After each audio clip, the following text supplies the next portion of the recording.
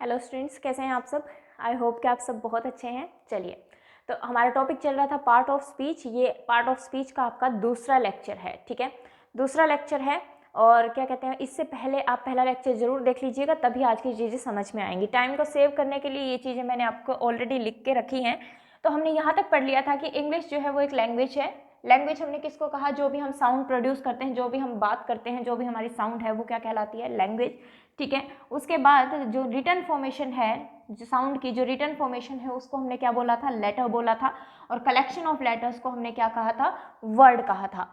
उसके बाद वर्ड के बाद वर्ड से हमारा क्या बनता है, फ्रेज, और वर्ड से ही हमारा क्या बनता है, क्लोज। तो कलेक्शन ऑफ वर्ड्स आपका क्या कहलाता है, फ्रेज एंड क्लोज। इसका थोड़ा सा बेसिक आइडिया हमें कल आपको दे चुकी हूँ कि फ्रेज आप किस कलेक्शन ऑफ वर्ड्स को बोलेंगे जिसके पास ना ही तो अपना सब्जेक्ट होगा और ना ही अपनी वर्ब होगी, वो आपका क्या कहलाएगा, फ्रेज। और क्लोज आपका वो कहलाएगा जिसके पास अपना सब्जेक्ट भी होता है और अपनी वर्ब भी होती है, ठीक है। तो सब्जेक्ट और वर्ब अगर क्लोज के पास दोनों चीजें होती हैं तो उसी को हम सेंटेंस भी कह देते हैं। तो फिर डिफरेंस क्या है क्लोज और सेंटेंस के अंदर, थोड़ी देर में देखेंगे। तो अभी देखिए कि सेंटेंस जो है आपका क्या होता है, सब्जेक्ट प्लस में वर्ब। और कई बुक्स में आपने पढ़ा होगा कि ऑब्जेक्ट, वर्ब के बाद जो भी लिखा जाता है वो ऑब्जेक्ट। ऐसा जरूरी नहीं है कि वर्ब के बाद आप जो भी लिखेंगे वो ऑब्जेक्ट ही होगा। तो अगर मैं बात करूं एक सेंटेंस बनाने के लिए सब्जेक्ट और वर्ब तो हमारे पास होनी ही चाहिए, ये तो कंपल्सरी है, अनिवार्य है।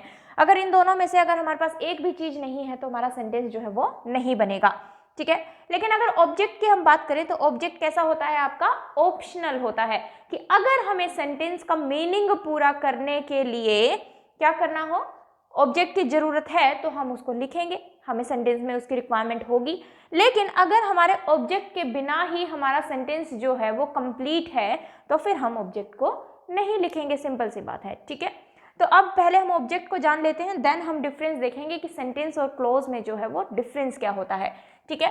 तो ऑब्जेक्ट की अगर हम बात करें तो ऑब्जेक्ट स्टूडेंट्स आपके वो वर्ड्स होते हैं, ऑब्जेक्ट आपके वो वर्ड्स होते हैं या फिर कलेक्शन ऑफ वर्ड्स होते हैं जो हमारे सेंटेंस का जिसके ऊपर काम किया जाता है, ठीक है, जो हमारे सेंटेंस के मीनिंग को कंप्लीट कर भी सकते हैं और ना भी करें, ठीक है। तो ऑब्जेक्ट जो वो होता है जिसके ऊपर काम किया जाता है। फॉर एग्जाम्पल अगर मैं बोलूं Ram invited Sita, Ram invited Sita. I think ये आपने नोट डाउन कर लिया होगा, इसको मैं रब कर देती हूँ। इतने सेंटेंस लिख लीजिए, एग्जाम्पल राम इनवाइटेड सीता, ठीक है। तो अगर मैं खाली इतना लिख के छोड़ दूं आपको सेंटेंस कि राम इनवाइटेड, तो आप लोग अभी भी स्टिल वेट कर रहे हैं कि राम इनवाइटेड, भाई किसको इनवाइट किया ये तो बताओ, ठीक है। तो दैट मीन्स कि अगर मैं आगे सीता या फिर यहाँ पे मैं कुछ भी ना लिखूं तो हमारे सेंटेंस का जो मीनिंग है वो कंप्लीट नहीं होगा। अगर मैं सीता को ना लिखूं, राम इनवाइटेड, मैंने बोला राम इनवाइटेड, तो आप अभी भी वेट कर रहे हैं, है ना, कि भाई आगे बताएंगे मैम कुछ कि क्या राम इनवाइटेड किसको। तो अगर हम बात करें सीता, तो काम किसके ऊपर किया गया है, किसको इनवाइट किया गया है, सीता को इनवाइट किया गया है। तो सीता को अगर इनवाइट किया गया है तो ये हमारे सेंटेंस का क्या बन जाएगा, ऑब्जेक्ट बन जाएगा। ये हमारे सेंटेंस का क्या बन जाएगा, ऑब्जेक्ट बन जाएगा। क्लियर है, ओके। दूसरी बात ये है कि जब भी आपको ऑब्जेक्ट फाइंड आउट करना है सेंटेंस में तो आपको सिर्फ दो ही क्वेश्चन करके देखने हैं, एक व्हाट का और एक whom का। जब आप इन दोनों से क्वेश्चन पुट करते हैं तो और आपको एक आंसर मिल रहा है तो आपके सेंटेंस में ऑब्जेक्ट है। और अगर इन दोनों के क्वेश्चन करने पे आपको कोई भी आंसर नहीं मिल रहा, दैट मीन्स कि आपके सेंटेंस में ऑब्जेक्ट नहीं है, ठीक है। तो अगर मैं बोलूं राम इनवाइटेड होम, राम ने किसको इनवाइट किया, तो व्हाट का क्वेश्चन तो हम किसके लिए करते हैं, नॉन लिविंग्स के लिए, थिंग्स के लिए, सीधा मैं बोलूं तो, ठीक है, वस्तुओं के लिए हम व्हाट का क्वेश्चन करते हैं। और अगर बात हो रही है पर्सन की तो पर्सन के लिए हम whom का क्वेश्चन करते हैं। तो राम इनवाइटेड whom, किसको इनवाइट किया, सीता को इनवाइट किया। जैसे ही हमने whom का क्वेश्चन किया तो हमें आंसर में क्या मिल गया, सीता मिल गया। दैट मीन्स कि हमारे सेंटेंस में ऑब्जेक्ट है, ओके। तो अगर हम व्हाट और whom का क्वेश्चन, ध्यान रखना स्टूडेंट्स, व्हाट और whom का क्वेश्चन हम करते हैं या तो नाउन के लिए या फिर प्रोनाउन के लिए। व्हाट और whom का जो आपका क्वेश्चन होता है वो होता है या तो नाउन के लिए या प्रोनाउन के लिए। तो अगर हम ऑब्जेक्ट के लिए सिर्फ 2 ही क्वेश्चन कर रहे हैं, व्हाट और whom, तो इट मीन्स कि ऑब्जेक्ट जो है वो आपका कौन कौन सा हो सकता है, या तो नाउन हो सकता है या प्रोनाउन हो सकता है। इसके अलावा कोई भी तीसरी चीज आपके सेंटेंस की ऑब्जेक्ट नहीं होगी। ठीक है, तो हमने सब्जेक्ट के लिए भी यही देखा था कि सब्जेक्ट क्या होता है आपका, सिर्फ नाउन और प्रोनाउन हो सकता है। ऐसे ही ऑब्जेक्ट भी सिर्फ और सिर्फ आपका नाउन और प्रोनाउन हो सकता है, इसके अलावा कोई भी और तीसरी चीज आपके ऑब्जेक्ट नहीं बनेगी। तो मुझे बताना स्टूडेंट्स कि इस सेंटेंस में ऑब्जेक्ट क्या है आपके पास। Ram is going to market, Ram is going to market. अब देखना हम फ्रेज पे आ जाएंगे, सीधा ही वहां पे सिंपली हमारे पास एक वर्ड था, अब हम फ्रेज पे आ जाएंगे या क्लोज पे आ जाएंगे, मुझे बताएंगे। राम हमें पता लग गया ये हमारे सेंटेंस का क्या है, सब्जेक्ट है। ठीक है, इज गोइंग हमें दिख रहा है ये हेल्पिंग वर्ब है, ये मेन वर्ब है, टेंस करेंगे तब जानेंगे, वर्ब पढ़ेंगे तब जानेंगे। अभी सिंपली मैं लिख लेती हूँ कि इज गोइंग हमारा क्या है, वर्ब है। अब बच गया हमारे पास क्या, टू और मार्केट। तो अगर मैं टू की बात करूं तो टू हमें पता है क्या होती है, प्रीपोजिशन होती है, तो मैं लिख लेती हूँ कि यहाँ पे ये क्या है, प्रीपोजिशन। और मार्केट हमें पता है कि मार्केट क्या होता है, नाउन होता है। मार्केट क्या होता है, नाउन होता है। इतनी बात क्लियर है सभी को? ठीक है, अब जब हमने इस तरीके से इसको फाइंड आउट कर लिया तो हमारे दिमाग में क्या आता है कि भाई मार्केट तो नाउन है और नाउन तो हमारा ऑब्जेक्ट हो सकता है, जैसा कि हमने ऊपर देखा। लेकिन ऐसा नहीं होता। ठीक है, क्यों? क्योंकि अभी मैंने आपको एक चीज और बताई है ऑब्जेक्ट के लिए, कि ऑब्जेक्ट के लिए आपको क्वेश्चन करके देखना है व्हाट और whom का। तो दोनों ही क्वेश्चन करके देखो, Ram is going to what, कोई मीनिंग नहीं मिलता, राम क्या जा रहा है, नहीं। Ram is going to home, Ram किसको जा रहा है, नहीं। किसके लिए जा रहा है, नहीं। तो दैट मीन्स कि मार्केट जो है वो आपके सेंटेंस का ऑब्जेक्ट नहीं है, सेंटेंस का ऑब्जेक्ट नहीं है। ठीक है, तो अब देखें तो यहां से वर्ब का ऑब्जेक्ट भी होता है और वर्ब का सब्जेक्ट भी होता है, ये बात समझ में आई। लेकिन यहाँ पे ये वर्ब का ऑब्जेक्ट नहीं है, क्योंकि जब हमने इज गोइंग के जस्ट बाद, इज गोइंग के जस्ट बाद हमने व्हाट या whom का क्वेश्चन किया तो हमें कोई भी आंसर नहीं मिलता, कोई भी आंसर नहीं मिलता। लेकिन एक चीज आप हमेशा ध्यान रखना कि प्रीपोजिशन जो है वो हमेशा अपने बाद एक ऑब्जेक्ट लेती है। ये बहुत इंपॉर्टेंट बात है, जब आप प्रीपोजिशन पढ़ेंगे तब भी आपके काम आएगी, पूरी इंग्लिश में ये काम आएगी।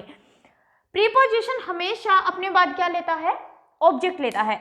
और प्रीपोजिशन अगर हमेशा अपने बाद ऑब्जेक्ट लेता है तो दैट मीन्स कि ये जो नाउन है ये किसका ऑब्जेक्ट है, प्रीपोजिशन का ऑब्जेक्ट है। ठीक है, ये किसका ऑब्जेक्ट है, प्रीपोजिशन का ऑब्जेक्ट है। तो अब अगर मैं बात करूं तो हमारे पास फ्रेज क्या बन गया, टू मार्केट, क्योंकि प्रीपोजिशन है एक और एक हमारे पास प्रीपोजिशन का ऑब्जेक्ट है। तो ये हमारे पास, मुझे बताओ स्टूडेंट्स, ये फ्रेज है या क्लोज, ये फ्रेज है या क्लोज? क्योंकि अब देखो टू मार्केट में ना तो मुझे कोई सब्जेक्ट दिख रहा है और टू मार्केट के अंदर ना ही मुझे कोई वर्ब दिख रही है। इट मीन्स कि ये क्लोज तो है नहीं, क्योंकि क्लोज के पास सब्जेक्ट भी होता है और क्लोज के पास वर्ब भी होती है। तो डेफिनेटली ये हमारे सेंटेंस का क्या है, फ्रेज है। ये हमारे सेंटेंस का क्या है, फ्रेज है।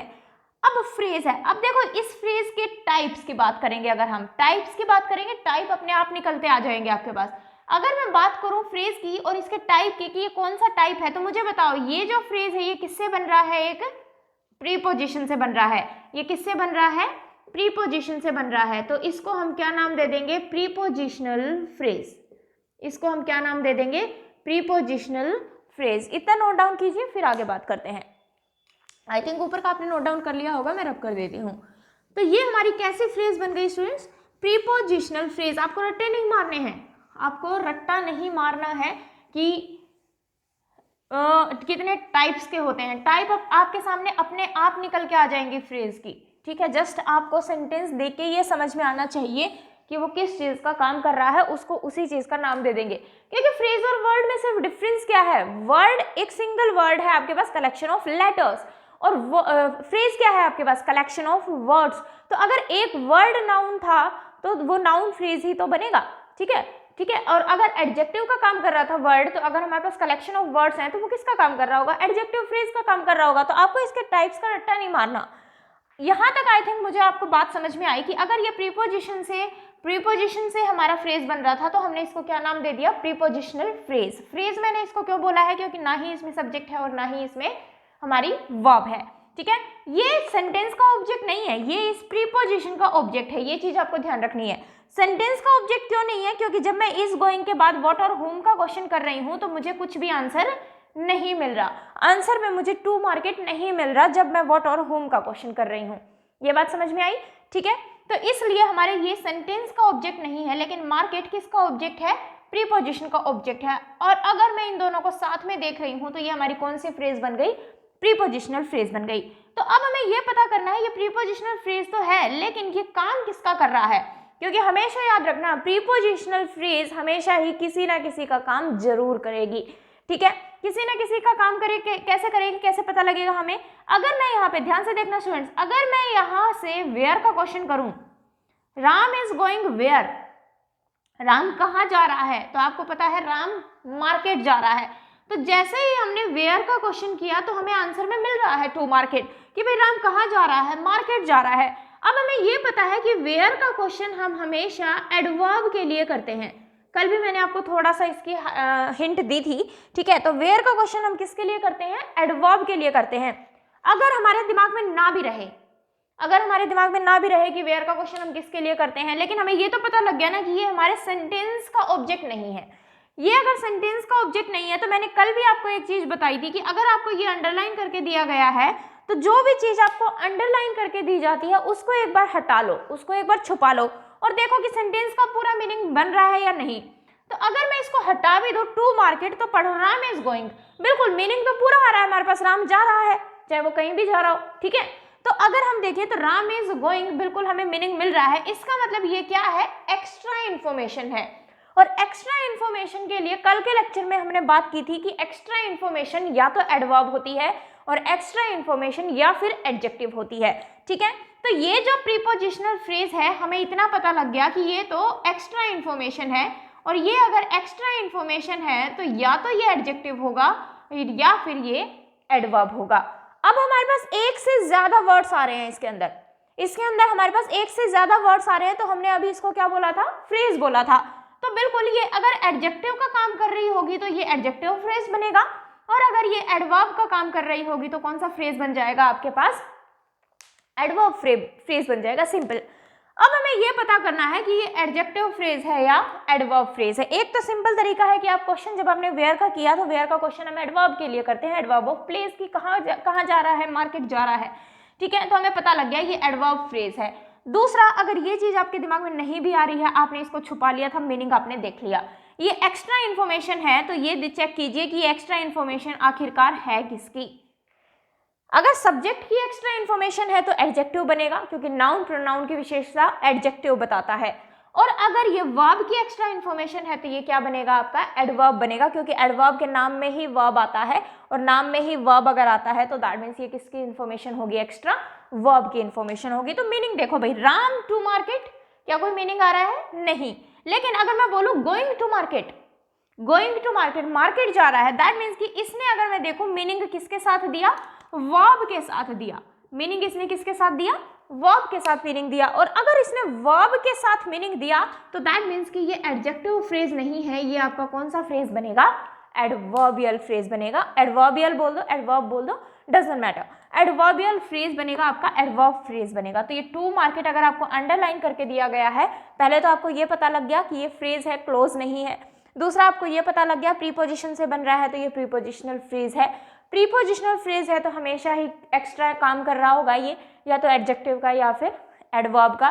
तो पता कर लेंगे हम, अगर नाउन प्रोनाउन को मीनिंग दे रहा है तो एडजेक्टिव फ्रेज, और अगर वर्ब को मीनिंग दे रहा है तो एडवर्बियल फ्रेज। ठीक है, कई बार आपको एडवर्बियल भी लिखा हुआ मिलता है तो ये स्पेलिंग हो जाएगी एडवर्बियल फ्रेज। ठीक है, तो ये आपका एडवर्बियल फ्रेज होगा। आई थिंक आपको चीजें समझ में आई हैं। ठीक है, तो इसको नोट डाउन कर लो, फिर आगे बात करते हैं।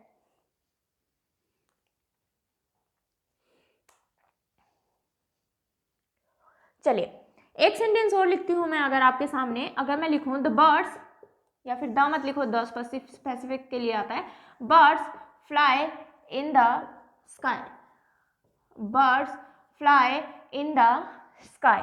ठीक है, अब आपको अंडरलाइन करके क्या दिया गया है? इन द स्काई। आपको इसके बारे में बताना है। इसके बारे में बताना है तो आपको एक चीज तो समझ में आ जाती है कि एक से ज्यादा वर्ड्स हमारे पास यहाँ पे आ रहे हैं, तो ये खाली वर्ड तो है नहीं, ये बनेगा फ्रेज या फिर क्लोज, फ्रेज या फिर क्लोज। तो अब हम देखेंगे क्या इसमें कोई सब्जेक्ट आपको दिख रहा है? नहीं, हमारे सेंटेंस का सब्जेक्ट तो क्या है?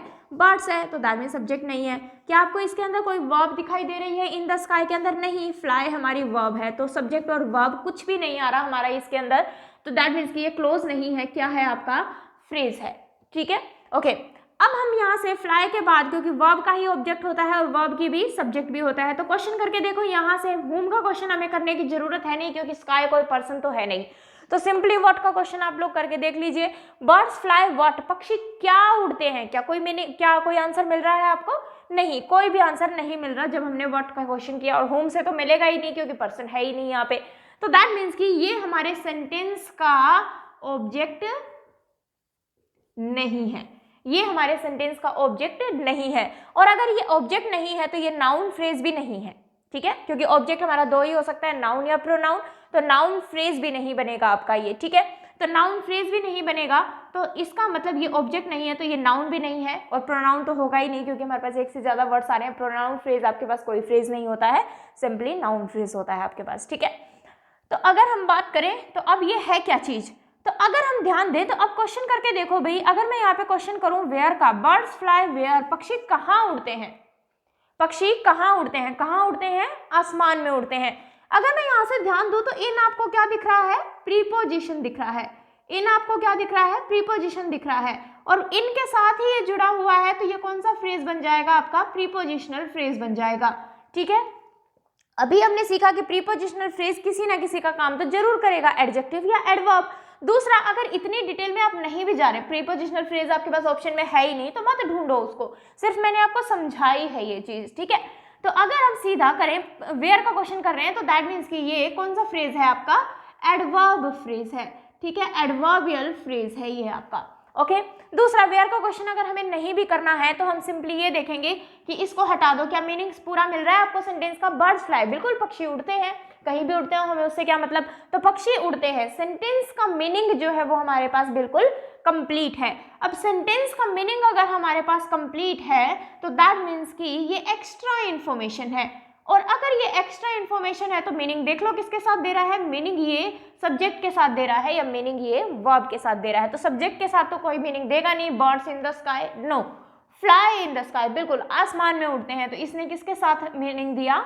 वर्ब के साथ मीनिंग दिया, ना कि आपके सब्जेक्ट के साथ मीनिंग दिया, इसलिए ये कौन सा फ्रेज बन जाएगा आपका? एडवर्बियल फ्रेज बन जाएगा। आई थिंक आपको चीजें क्लियर हैं जो मैंने आपको समझाई हैं, इसको नोट डाउन कर लीजिए, फिर आगे बात करते हैं।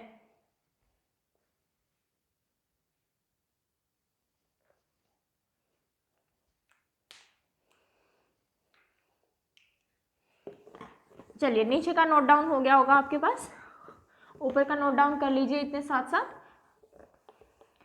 तो आई थिंक फ्रेज और क्लोज आपको फाइंड आउट करना आ गया कि फ्रेज और क्लोज को कैसे फाइंड आउट करेंगे हम लोग, ठीक है। उसके अलावा आपको उस फ्रेज के टाइप्स भी पता लग गए कि टाइप्स को भी हम कैसे फाइंड आउट करेंगे, ठीक है।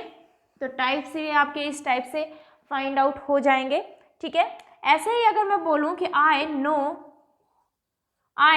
That he is a teacher, I know that he is a teacher, okay?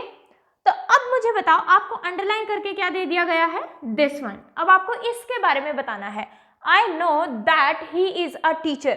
अब देखिए स्टूडेंट्स, I know, अब ये हमें सेंटेंस का क्या दिख रहा है? सब्जेक्ट, और ये हमें सेंटेंस का क्या दिख रहा है? कि वर्ब भी है हमारे पास, ठीक है। तो अब अगर ये हमें पता करना है कि ये क्या चीज है, तो अब मैं वर्ब के बाद किसका क्वेश्चन करके देखते हैं? व्हाट या फिर whom का, ठीक है। तो अगर मैं यहाँ से क्वेश्चन करूं आई नो व्हाट, मैं क्या जानती हूँ? मैं क्या जानती हूँ भाई? मैं ये जानती हूँ कि वो एक टीचर है। दैट मीन्स कि जैसे ही मैंने व्हाट का क्वेश्चन किया तो मुझे आंसर जो है वो मिल गया, आंसर में ये चीज मिल गई मुझे, और आंसर में अगर ये चीज मिल गई मुझे तो दैट मीन्स कि ये हमारे सेंटेंस का क्या है? ऑब्जेक्ट है। ये हमारे सेंटेंस का क्या है? ऑब्जेक्ट है, क्योंकि व्हाट का जैसे ही हमने क्वेश्चन किया हमें आंसर में ये चीज मिल गई, अंडरलाइन की हुई, और आंसर में ये मिल गई, तो ये हमारे सेंटेंस का क्या है? ऑब्जेक्ट है। लेकिन ऑप्शन में आपको ऑब्जेक्ट गिवन नहीं है, ऑप्शन में आपको गिवन है फ्रेज के टाइप्स या फिर क्लोज के टाइप्स, ठीक है। तो अब हमें ये पता करना है कि ये जो अंडरलाइन वर्ड है ये ऑब्जेक्ट है, और ये अगर ऑब्जेक्ट है तो या तो ये फ्रेज होगा या फिर ये क्लोज होगा। सबसे पहले तो हमें यही पता करना पड़ेगा, क्योंकि एक से ज्यादा वर्ड्स को अंडरलाइन किया गया है। तो अब पता करो भाई ये फ्रेज है या क्लोज है। ध्यान से देखना स्टूडेंट्स। अब अगर मैं जब इस सेंटेंस को पढ़ती हूँ तो मुझे एक सब्जेक्ट दिख रहा है ही, मुझे एक सब्जेक्ट इसके अंदर दिख रहा है ही, और मुझे इसके अंदर एक वर्ब भी दिख रही है, दैट इज। तो इस अंडरलाइन जो हमारा मैटर है, इसके अंदर हमें सब्जेक्ट भी दिख रहा है और वर्ब भी दिख रही है। और अगर हमें दोनों चीज दिख रही है, दैट मीन्स ये फ्रेज नहीं है। और अगर ये फ्रेज नहीं है तो ये हमारे सेंटेंस का क्या है स्टूडेंट्स? क्लोज है। ये हमारे सेंटेंस का क्या है? क्लोज है। ठीक है, और ये हमें किसके क्वेश्चन करने पे मिला है? व्हाट के क्वेश्चन करने पे मिला है। और व्हाट के क्वेश्चन करने पे मिला है, इसलिए ये और ऑब्जेक्ट में क्या पढ़ा था? या तो नाउन होता है या प्रोनाउन। तो ये प्रोनाउन तो है नहीं, पूरे का अगर हम बात करें तो हम इसको क्या बोल देंगे कि ये नाउन क्लोज है, ये नाउन क्लोज है। ठीक है, तो ये आपका कौन सा क्लोज बन जाएगा? नाउन क्लोज बन जाएगा। तो ये चीज आपको ध्यान रखनी है। आपको पता लग गया होगा हमने फ्रेज क्यों काटा है, इसको क्लोज क्यों बोला, क्योंकि हमें सब्जेक्ट भी दिख गया और वर्ब भी दिख गई। जब हमें दोनों ही चीजें नहीं दिखती तो हम इसको क्या बोल देते हैं कि ये एक फ्रेज है। क्लियर है सभी को? इसको नोट डाउन कीजिए, फिर बात आगे करते हैं।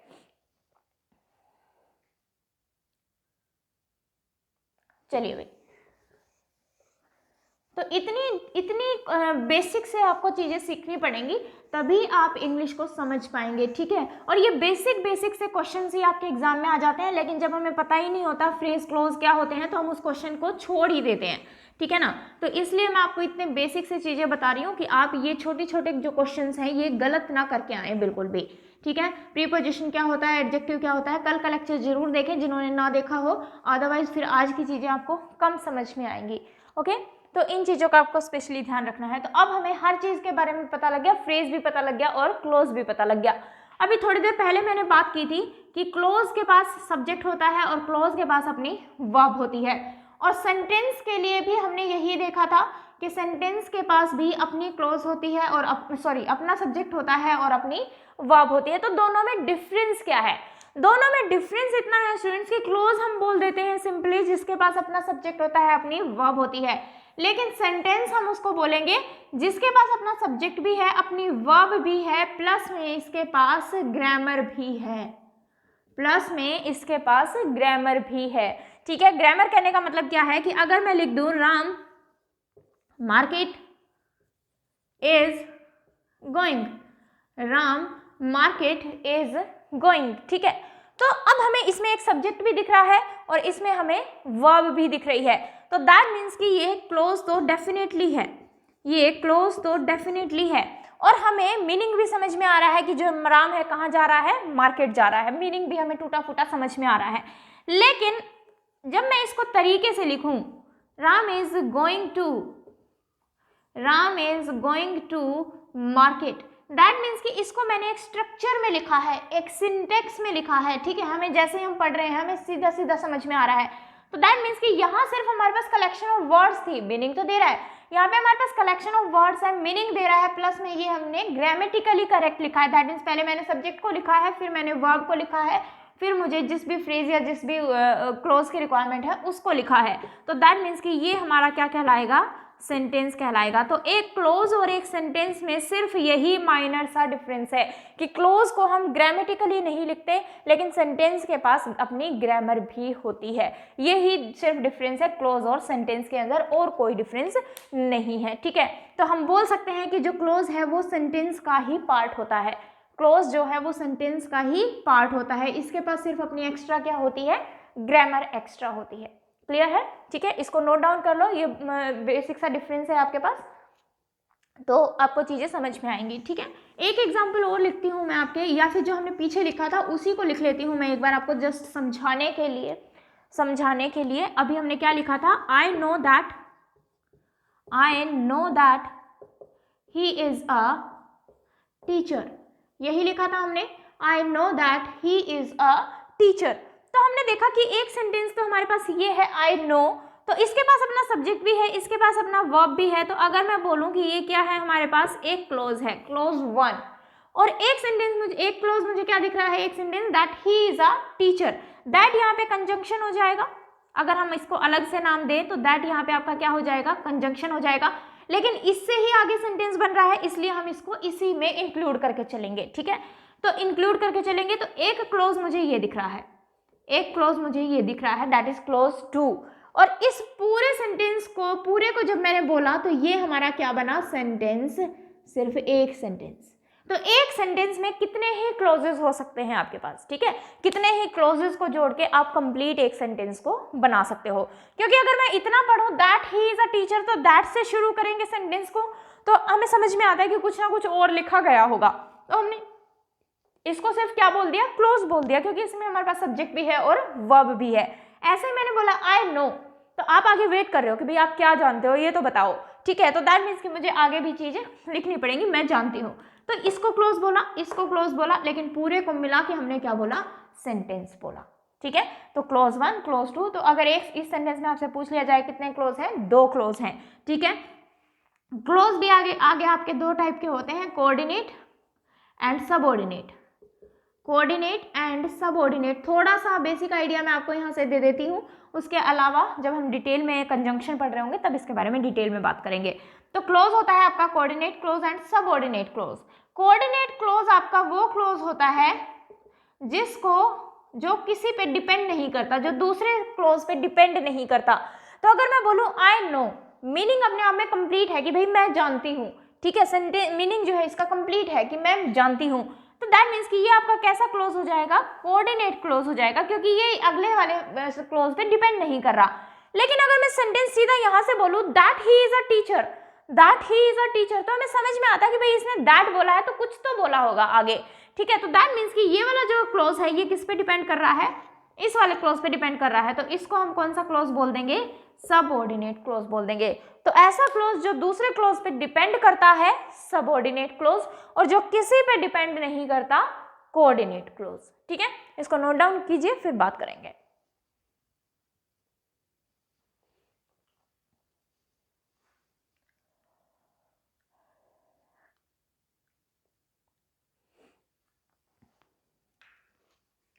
चलिए भाई, तो क्लोज और फ्रेज के बारे में हमारी बात हो गई, ठीक है। वर्ड हमने जान लिया क्या होता है, क्लोज कितने टाइप का होता है वो भी जान लिया, फ्रेज कितने टाइप का होता है वो भी जान लिया, ठीक है। याद रखने की आपको ज़रूरत नहीं है, सेंटेंस में उसका यूज़ देखो, उसके अकॉर्डिंग हम फाइंड आउट करके बता देंगे कि ये किस टाइप का फ्रेज है या किस टाइप का क्लोज है, ठीक है। उसके अलावा अब हम कुछ सेंटेंसेस लिखते हैं और आपको वीडियो पॉज करके पहले उनको फाइंड आउट करना है कि जो हम लिख रहे हैं वो किस टाइप का, आपका जो भी अंडरलाइन वर्ड है वो अगर खाली वर्ड है तो वो उसकी पार्ट ऑफ स्पीच क्या है, और अगर एक से ज़्यादा वर्ड्स को अंडरलाइन किया गया है तो उसकी पार्ट ऑफ स्पीच क्या है। तो लिखिए सबसे पहला सेंटेंस, हु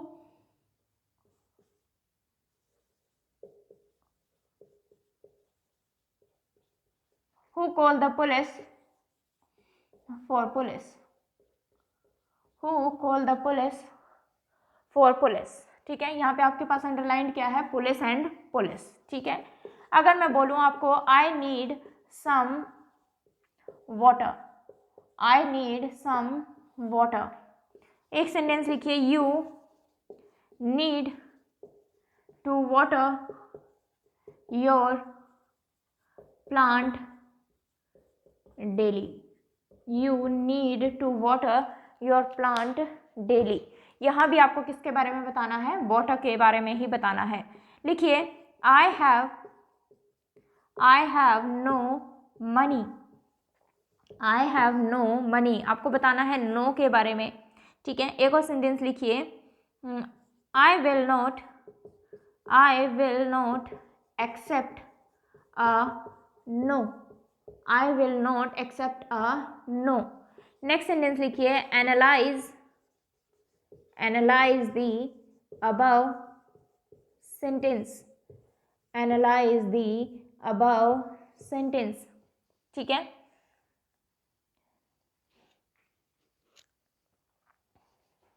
एक सेंटेंस में यहाँ लिख देती हूँ, blessings come from above, blessings come from above। Next लिखिए, you have only you have only chance, only के बारे में बताना है आपको। ऐसे ही अगर मैं बोलूँ you are only foolish, you are only foolish, you are only foolish, ठीक है। नेक्स्ट लिखिए, अगर मैं आपको बोलूं Ram ran fast to catch the train, to catch the train, Ram ran fast to catch the train. पहले इन सेंटेंसेस को देखते हैं, फिर बात आगे करेंगे, ठीक है। तो पहले सेंटेंस पे आ जाइए, who call the police for police, ठीक है। तो हम कह रहे हैं कि पुलिस के लिए पुलिस कौन बुलाएगा। दैट मीन्स इस सेंटेंस का मीनिंग क्या है कि भाई जो पुलिस है अगर वही क्राइम करने लग जाए तो उसके लिए पुलिस को कौन बुलाएगा, उसके लिए पुलिस कौन बनेगा। ध्यान दीजिए स्टूडेंट्स, ये हमारे सेंटेंस का सब्जेक्ट हो गया हु, ये हमारे सेंटेंस की वर्ब हो गई, ठीक है। तो who call the police for police, ठीक है।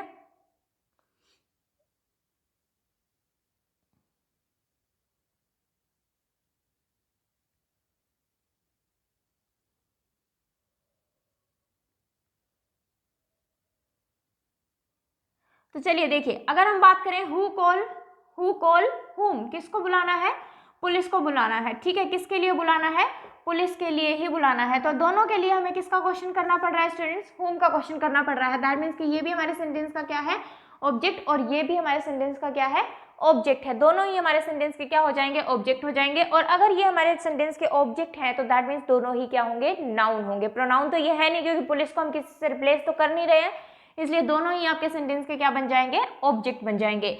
नेक्स्ट देखिए, आई नीड सम वाटर, किसको अंडरलाइन किया गया है, वाटर को अंडरलाइन किया गया है। तो अगर मैं क्वेश्चन करूं आई नीड व्हाट, मुझे क्या चाहिए, मुझे क्या चाहिए, I need what, some water. That means कि यहाँ पे भी मैंने व्हाट का क्वेश्चन किया और मुझे आंसर मिल गया, तो व्हाट का क्वेश्चन कर लिया, तो ये हमारे सेंटेंस का क्या है, ऑब्जेक्ट है। और ऑब्जेक्ट या तो नाउन होता है या प्रोनाउन। तो वाटर हमें पता है किसी भी चीज का नाम है, और किसी भी चीज का नाम है तो ये हमारा क्या कहलाएगा, नाउन कहलाएगा। अगर मान लो सम को अंडरलाइन किया जाता कि आपको सम की पार्ट ऑफ स्पीच बतानी थी, तो क्या बताते। अगर मैं सम को हटा भी दूं तो सेंटेंस को पढ़िए, आई नीड वाटर, सेंटेंस का मीनिंग कंप्लीट है। और सेंटेंस का मीनिंग अगर कंप्लीट है तो ये एक्स्ट्रा इन्फॉर्मेशन है, और ये अगर एक्स्ट्रा इन्फॉर्मेशन है तो या तो ये एडजेक्टिव होगा या ये एडवर्ब होगा। सिंपली मीनिंग देखो, मीनिंग किसके साथ दे रहा है, सम वाटर, वाटर के साथ कुछ पानी चाहिए, ठीक है। तो दैट मीन्स कि इसने कुछ, सम ने किसके साथ मीनिंग दिया, नाउन के साथ मीनिंग दिया, और नाउन के साथ मीनिंग दिया तो ये क्या है, आपका एडजेक्टिव है, ये क्या है, एडजेक्टिव है। Next, you need to water your plant daily, आपको अपने प्लांट को डेली पानी देना चाहिए। अब पानी देना क्या होगा, एक एक्शन होगा, और एक एक्शन होगा अगर पानी देना, तो दैट मीन्स कि ये यहाँ पे किसका काम कर रहा है स्टूडेंट्स, वर्ब का काम कर रहा है। मॉडल्स में सिखाऊंगी, यहाँ पे ये एक मॉडल है और मॉडल के बाद वर्ब की फर्स्ट फॉर्म ही आती है, ठीक है। या फिर यहाँ पे टू इन्फिनेटिव का ये केस है, ओके। ये मेन वर्ब तो यही हो जाएगी आपकी, इसको चलो हम मॉडल्स में ही करेंगे। अभी सिर्फ इतना ध्यान दो, पानी देना एक एक्शन होता है, इसलिए हमने इसको वर्ब बोल दिया। नेक्स्ट देखिए, आई हैव नो मनी, मेरे पास मनी नहीं है। तो अब देखो, अगर मैं नो को हटा भी दूं तो भी तो मेरा सेंटेंस कंप्लीट है ना, आई हैव मनी, ओके। तो दैट मीन्स कि ये एक्स्ट्रा इन्फॉर्मेशन है, एक्स्ट्रा इन्फॉर्मेशन है। तो देख लो मीनिंग किसके साथ दे रहा है, मीनिंग मनी के साथ दे रहा है, मनी एक नाउन है, तो नो आपका क्या बन जाएगा, एडजेक्टिव बन जाएगा। नो आपका क्या बन जाएगा, एडजेक्टिव बन जाएगा। नेक्स्ट देखिए, I will not accept a no, मैं ना स्वीकार नहीं करूंगी। तो मैं क्या स्वीकार नहीं करूंगी, आंसर क्या मिला आपको, नो। दैट मीन्स कि जब मैंने व्हाट का क्वेश्चन किया तो आंसर में मुझे क्या मिल गया, नो मिल गया, और आंसर में मुझे नो मिल गया। दैट मीन्स व्हाट हमारे सेंटेंस का क्या है, ऑब्जेक्ट है। अब ऑब्जेक्ट या तो नाउन होता है या प्रोनाउन, तो ना तो ना ही होता है, किसी को रिप्लेस थोड़ी ना कर रहे हैं हम, नाउन को रिप्रेजेंट थोड़ी ना कर रहा है। तो दैट मीन्स कि ये क्या है, आपका नाउन है, ठीक है। और दूसरी चीज देखो, यहाँ पे मैंने क्या लगाया है, आर्टिकल, और आर्टिकल हमेशा ही नाउन के लिए ही आता है। ये चीज ध्यान रखना कि कहीं पे आपको आर्टिकल भी दिख रहा है, देखो यहाँ पे भी आपको आर्टिकल दिख रहा है, तो आर्टिकल नाउन के लिए ही आता है, ठीक है। तो आर्टिकल नाउन के लिए आता है, उससे भी आप सीधा पहचान सकते हो, और दूसरा आप क्वेश्चन करके देखोगे तो उससे भी आपको आंसर मिल जाएगा। नेक्स्ट देखिए, एनालाइज द अबव सेंटेंस, ऊपर वाले सेंटेंस को जो है वो एनालाइज करो। तो अगर मैं अबव को हटा भी दूं तो भी मेरा सेंटेंस कंप्लीट है, एनालाइज द सेंटेंस। ठीक है, दैट मीन्स कि ये एक्स्ट्रा इन्फॉर्मेशन है। एक्स्ट्रा इन्फॉर्मेशन है तो या तो एडजेक्टिव होगा या एडवर्ब। मीनिंग किसके साथ दे रहा है? सेंटेंस के साथ मीनिंग दे रहा है, अबव सेंटेंस, ऊपर वाला सेंटेंस। तो दैट मीन्स कि ये हमारे सेंटेंस का क्या है? एडजेक्टिव है, क्योंकि इसने किसको मीनिंग दिया है? नाउन के साथ मीनिंग दिया है। नेक्स्ट देखिए students, blessings come from above. Blessings कहाँ से आती हैं? अब व्हाट का क्वेश्चन करके देखो, आंसर नहीं मिलेगा आपको। दैट मीन्स कि ब्लेसिंग्स कम फ्रॉम वेयर, कहाँ से आती हैं? अबव से। और जैसे ही हमने वेयर का क्वेश्चन किया तो ये हमारे सेंटेंस का क्या बन गया स्टूडेंट्स? एडवर्ब बन गया। सिंपली एक वर्ड को अंडरलाइन किया गया है तो हम इसको फ्रेज या क्लोज नहीं बोलेंगे, सिंपली ये हमारा क्या हो जाएगा? एक सिंपल वर्ड हो जाएगा और एडवर्ब हो जाएगा। ठीक है, वेयर का क्वेश्चन ना भी करो, मीनिंग देखो किसके साथ दे रहा है? ब्लेसिंग्स के साथ मीनिंग देगा या कम के साथ मीनिंग देगा? कम के साथ मीनिंग देगा। कम फ्रॉम अबव, ऊपर से आती हैं, तो इसने इसको मीनिंग दिया, वर्ब के साथ मीनिंग दिया। और वर्ब के साथ अगर मीनिंग दिया है तो ये हमारे सेंटेंस का एडवर्ब कहलाएगा। क्लियर है? नेक्स्ट देखिए, यू हैव ओनली चांस। आपके पास सिर्फ एक सिंगल चांस है। तो देखो मीनिंग किसके साथ दे रहा है? चांस के साथ मीनिंग दे रहा है, और चांस के साथ मीनिंग दे रहा है तो ये क्या है? एडजेक्टिव है, क्योंकि चांस आपका एक नाउन है। ठीक है, चलिए, कोई भी डाउट अगर आ रहा हो तो मुझे बताएंगे जरूर, नेक्स्ट लेक्चर में आपके डाउट जो है वो लिए जाएंगे। नेक्स्ट बताइए, यू आर ओनली फुलिश। आप मूर्ख हैं। तो देखिए, यू आर ओनली फुलिश, अब ये तो हमें पता लग गया कि ये जो ओनली है वो मीनिंग किसके साथ दे रहा है? फुलिश के साथ मीनिंग दे रहा है। अब फुलिश के साथ मीनिंग दे रहा है तो हमें फुलिश की पार्ट ऑफ स्पीच पता होनी चाहिए कि फुलिश क्या है। अब फुलिश नाउन तो है नहीं, अगर कोई बुद्धिमान है, कोई मूर्ख है, कोई मोटा है, कोई पतला है, दैट मीन्स कि हम उसकी विशेषता बता रहे हैं। और अगर हम उसकी विशेषता बता रहे हैं तो दैट मीन्स ये फुलिश जो है वो किसके लिए यूज हुआ है? यू के लिए यूज हुआ है। और यू के लिए यूज हुआ है तो ये क्या है? एडजेक्टिव है। और कल वाले लेक्चर में स्टूडेंट्स मैंने आपको समझाया था कि एडवर्ब जो है वो एडजेक्टिव को भी क्वालिफाई कर सकता है। एडवर्ब जो है वो एडजेक्टिव को भी क्वालिफाई कर सकता है। तो ओनली ऊपर वाले सेंटेंस में तो आपका एडजेक्टिव था क्योंकि नाउन को मीनिंग दे रहा था, नीचे वाले में ओनली जो है वो एडजेक्टिव को मीनिंग दे रहा है, इसलिए क्या बन गया?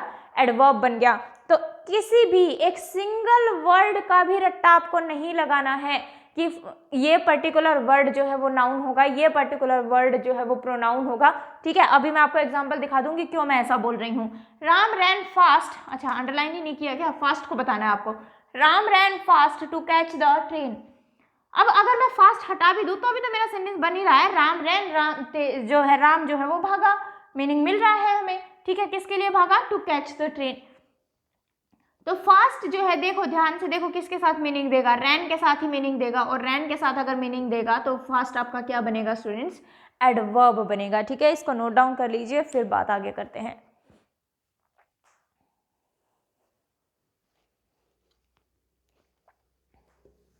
ठीक है, तो इतनी डिटेल में आपको चीजें जो है वो पता होनी चाहिए।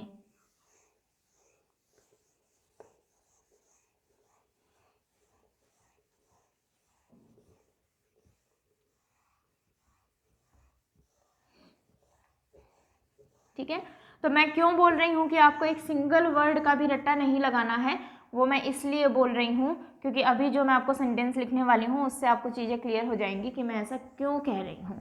ठीक है, आई थिंक इतना आपने नोट डाउन कर लिया है। इसको मैं रब कर देती हूँ।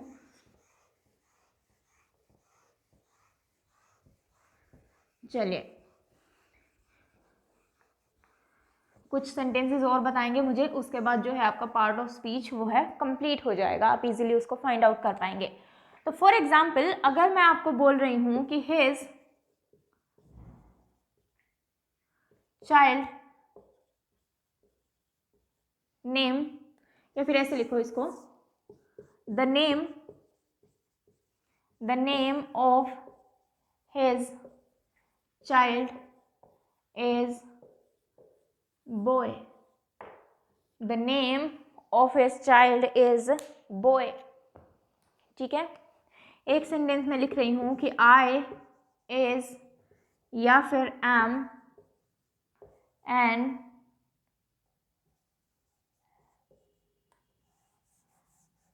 अ letter. I is am a letter. ठीक है, ऐसे ही अगर मैं लिख रही हूं इंटेलिजेंट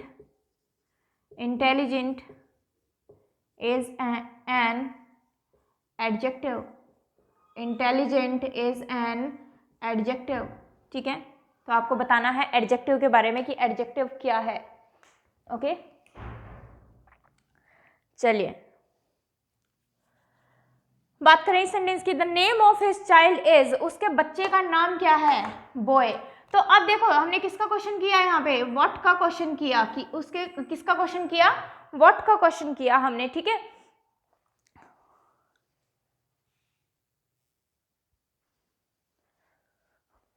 चलिए, तो व्हाट का क्वेश्चन अगर हमने किया तो दैट मीन्स कि हमें आंसर क्या मिल गया? उसके बच्चे का क्या नाम है? बॉय।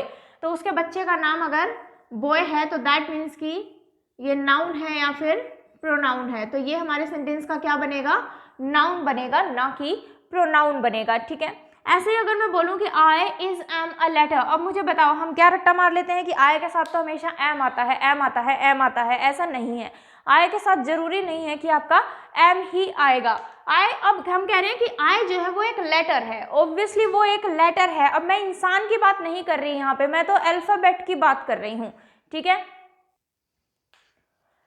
तो अब मैं यहाँ पे दोबारा स्टार्ट करते हैं। अगर मैं यहाँ पे बात करूं तो मैं इंसान की बात नहीं कर रही, मैं तो क्या कह रही हूँ कि आई जो है वो एक लेटर है। तो आई के साथ हम क्या लगाएंगे? इज को लगाएंगे, ना कि एम को यूज करेंगे, ठीक है। तो ये चीज है कि आपको किसी भी चीज, किसी भी वर्ड का रट्टा नहीं मारना है। अब आपके दिमाग में क्या रहता है? आई तो प्रोनाउन है, प्रोनाउन है, प्रोनाउन है। तो अगर मैं यहाँ पे आपसे आई की पार्ट ऑफ स्पीच पूछूं तो आई की पार्ट ऑफ स्पीच यहाँ पे क्या है? आई जो है वो यहाँ पे नाउन है, ना कि प्रोनाउन।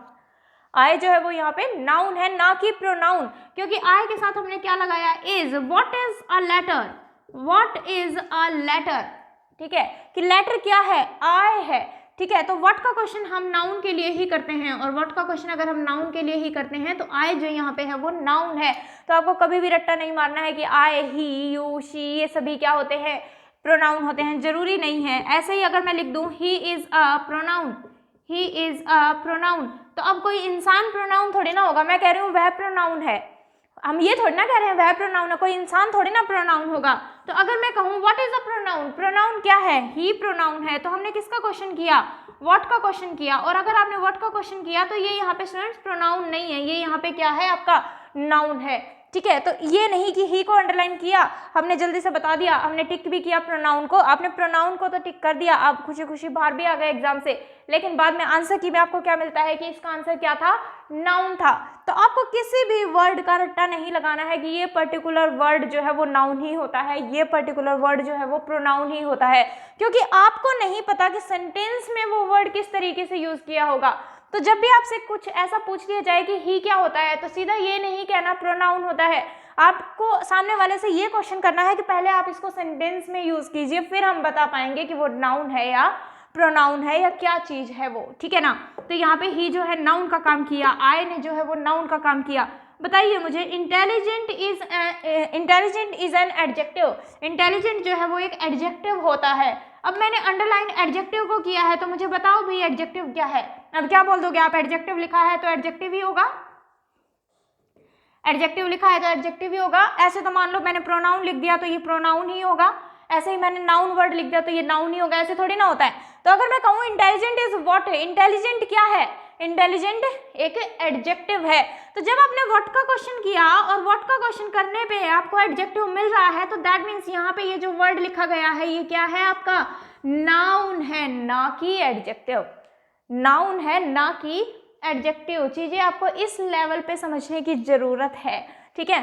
तो ऐसी टाइप के बेसिक सेंटेंसेस आपके पास आ जाते हैं। कितने वर्ड्स है? काउंट करो, 1 2 3 4, जस्ट 4 वर्ड्स हैं, और हमें इनकी पार्ट ऑफ स्पीच नहीं अगर पता करनी आ रही है तो फिर हमारा क्वेश्चन जो है वो गलत हो जाएगा। फिर आप कहोगे पता नहीं हमसे क्या ही पूछ लिया एग्जाम के अंदर, इतने सिंपल क्वेश्चन थे, एडजेक्टिव लिखा था, एडजेक्टिव ही तो होगा। जरूरी नहीं है, एडजेक्टिव वर्ड है, ये तो हमारा वर्ड है। काम किसका कर रहा है? नाउन का काम कर रहा है। ऐसे तो प्रोनाउन लिख दिया तो प्रोनाउन, भाई ये तो प्रोनाउन है। ऐसे ही आपने प्रीपोजिशन की स्पेलिंग लिख दी तो भाई ये प्रीपोजिशन है, ठीक है। ऐसे थोड़ी ना होता है, हमें ये पता करना पड़ेगा कि सेंटेंस में वो किस चीज का काम कर रहा है, ठीक है ना। तो इसको नोट कीजिए, फिर आगे बात करेंगे।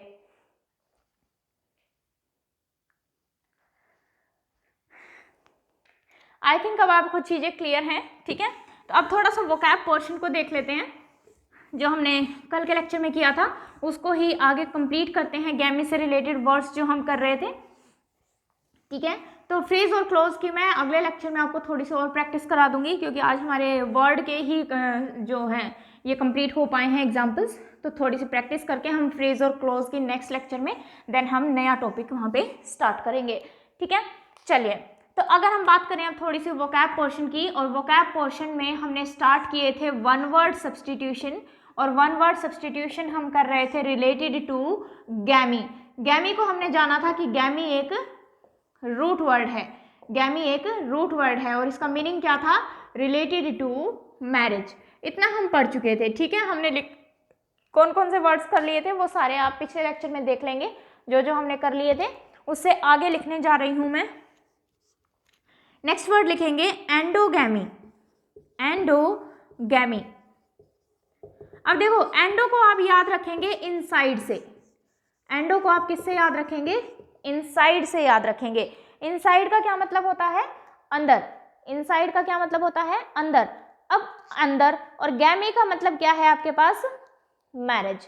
गैमी का मतलब क्या है, मैरिज। तो मैरिज क्या अंदर की गई होगी, रूम में की गई होगी, नहीं। इसका मीनिंग हमारे पास ये नहीं निकल के आ रहा कि रूम में मैरिज की गई होगी। इसका मतलब क्या है, लिखेंगे marriage in a, marriage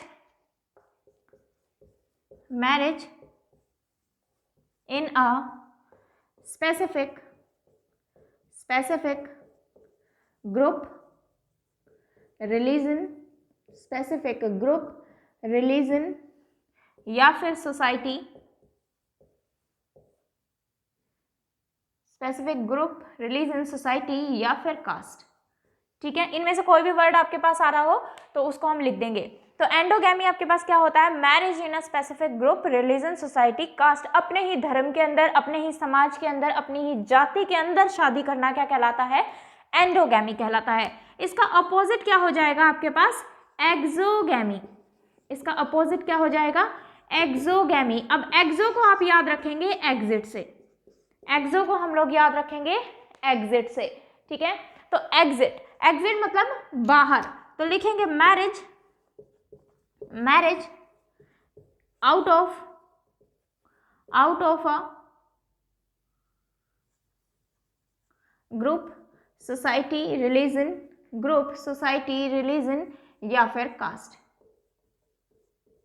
religion या फिर कास्ट। अपने धर्म से बाहर शादी करना, अपनी जाति से बाहर शादी करना, ठीक है, अपने समाज से बाहर शादी करना कहलाता है आपका एक्सोगैमी, जिसको हम इंटरकास्ट भी कह देते हैं। धर्म से बाहर शादी की गई है तो इंटर रिलीजन भी कह दिया जाता है, तो वही चीज है ये एक्सोगैमी। नेक्स्ट वर्ड लिखेंगे हाइपोगैमी। Hypogamy, hypogamy. और एक वर्ड होता है आपके पास हाइपरगैमी। एक वर्ड होता है आपके पास हाइपरगैमी, ठीक है। ये दोनों ही वर्ड्स को लिखेंगे, एक होता है हाइपोगैमी और एक होता है हाइपरगैमी। अब देखो हाइपरगैमी, हाइपरगैमी मीन्स देखो किसी को अगर गुस्सा आ रहा होता है तो हम क्या कहते हैं कि ज़्यादा हाइपर मत हो, है ना। किसी को अगर गुस्सा आ रहा होता है तो हम बोलते हैं ज़्यादा हाइपर मत हो। दैट मीन्स कि ऊंची, उसका पारा जो है वो चढ़ रहा होता है, ऊंचा, ठीक है। तो हाइपर का अपोजिट क्या हो जाएगा, हाइपर। हाइपर का अपोजिट क्या हो जाएगा, हाइपो। तो लिखिए marriage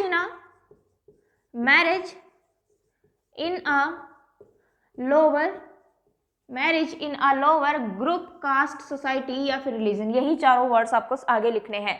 marriage in a lower group society religion या फिर कास्ट, अपनी जाति से नीची जाति में, अपने समाज से नीचे समाज में, अपने धर्म से नीचे धर्म में शादी करना क्या कहलाता है आपका, हाइपोगैमी।